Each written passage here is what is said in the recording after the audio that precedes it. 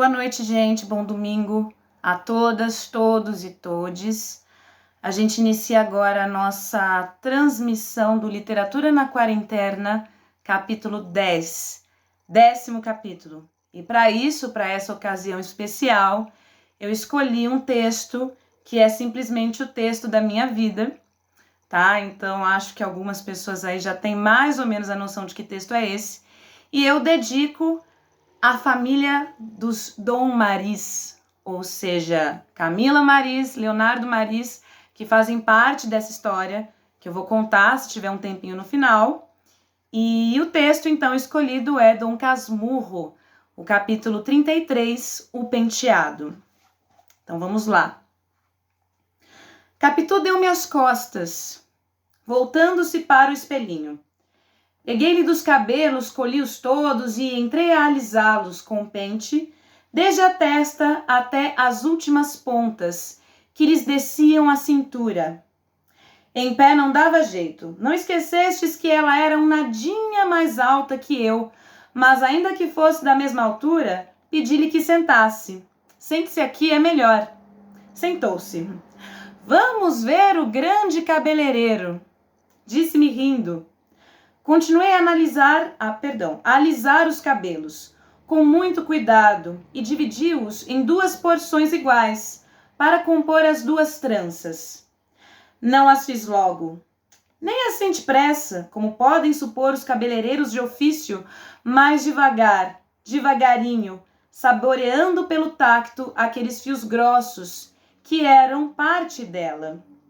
O trabalho era atrapalhado, às vezes por desazo, outras de propósito, para desfazer o feito e refazê-lo. Os dedos roçavam na nuca da pequena ou nas espáduas vestidas de chita, e a sensação era um deleite. Mas, enfim, os cabelos iam acabando, por mais que eu os quisesse intermináveis. Não pedi ao céu que eles fossem tão longos como os da aurora, porque não conhecia ainda essa divindade que os velhos poetas me apresentaram depois. Mas desejei penteá-los por todos os séculos dos séculos. Tecer 2 tranças que pudessem envolver o infinito por um número inominável de vezes. Se isto vos parecer enfático, desgraçado leitor, é que nunca penteastes uma pequena, nunca pusestes as mãos adolescentes na jovem cabeça de uma ninfa. Uma ninfa, todo eu estou mitológico. Ainda há pouco, falando de olhos de ressaca, cheguei a escrever tétis. Risquei tétis, risquemos ninfa, digamos somente uma criatura amada. Palavra que envolve todas as potências cristãs e pagãs. Enfim, acabei as 2 tranças. Onde estava a fita para atar-lhe as pontas? Em cima da mesa, um triste pedaço de fita enxovalhada. Juntei as pontas das tranças, uni-as por um laço, retoquei a obra, alargando aqui, achatando ali, até que exclamei: pronto! Estará bom? Veja no espelho. Em vez de ir ao espelho, que pensais que fez Capitu? Não vos esqueçais que estava sentada de costas para mim. Capitu derreou a cabeça, a tal ponto que me foi preciso acudir com as mãos e ampará-la. O espaldar da cadeira era baixo. Inclinei-me depois sobre ela, rosto a rosto. Mas trocados os olhos de um na linha da boca do outro.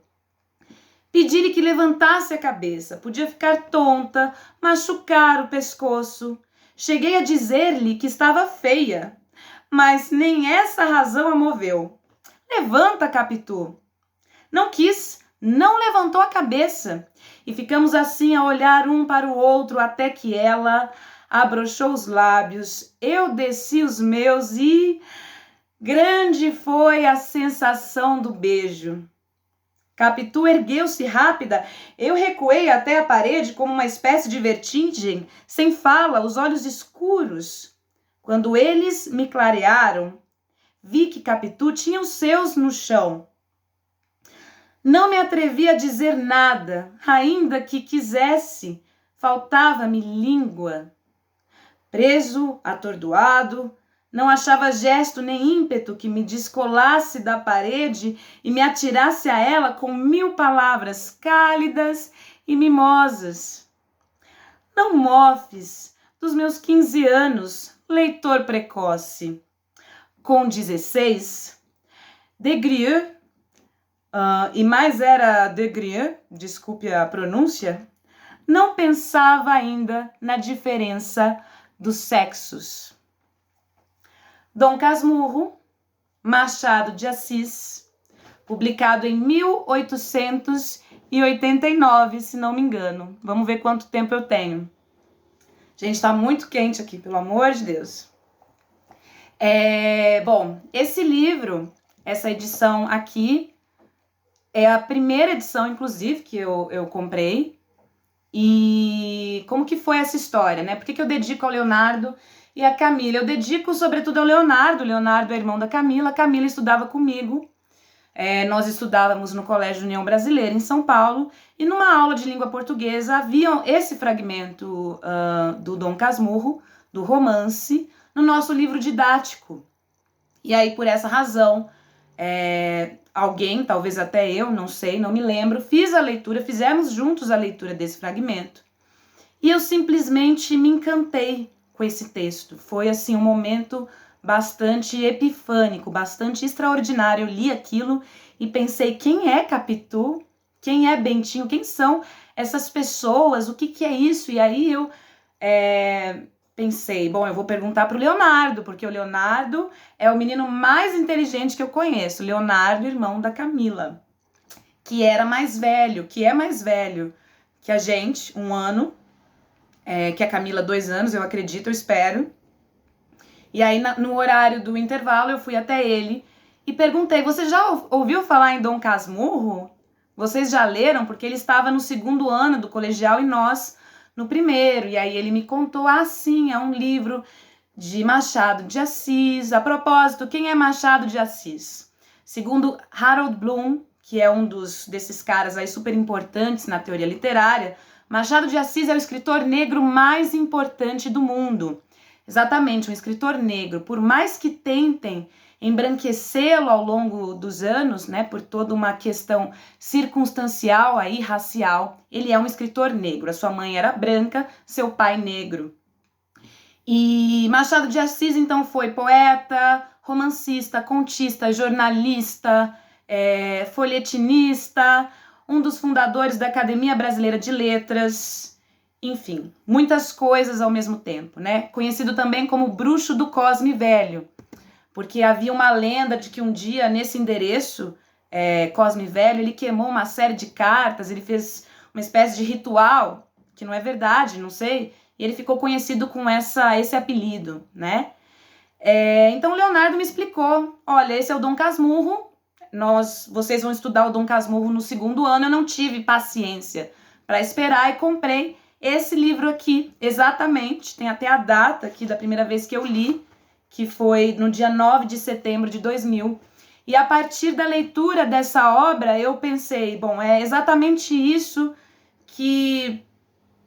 mentira, eu não pensei isso, não. Eu queria ser médica, jogadora de basquete, outras 1000 coisas. Mas o fato é que se eu fiz letras, certamente foi por conta desse texto. Eu acho que agradeço ao Leonardo, né? Porque se não fosse por ele, eu não teria conhecido o Machado de Assis, ainda que eu tivesse na época,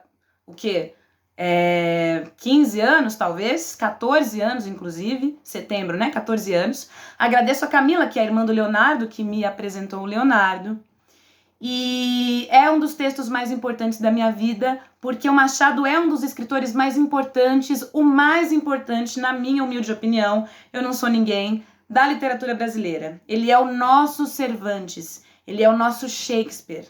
E caracterizado dentro desse movimento realista, né? Ele faz a transição do romantismo para o realismo, que então, uma corrente de escritores que tem uma pegada aí mais pesada, mais voltada para para a realidade obscura do século XIX, ainda assim o Machado ele consegue fazer isso com doçura e, ao mesmo tempo, com muita complexidade.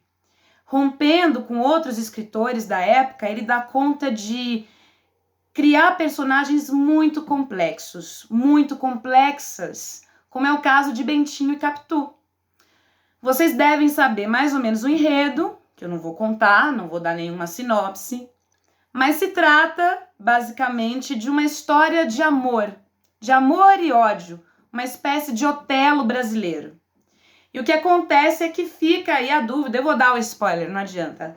Será que Capitu traiu ou não Bentinho? Então a gente não sabe, e essa pergunta ela passa para um segundo plano, porque a leitura, a narração do Bentinho, é ele que conta a história, ela nos comove, ela nos agarra de alguma maneira, e você fica,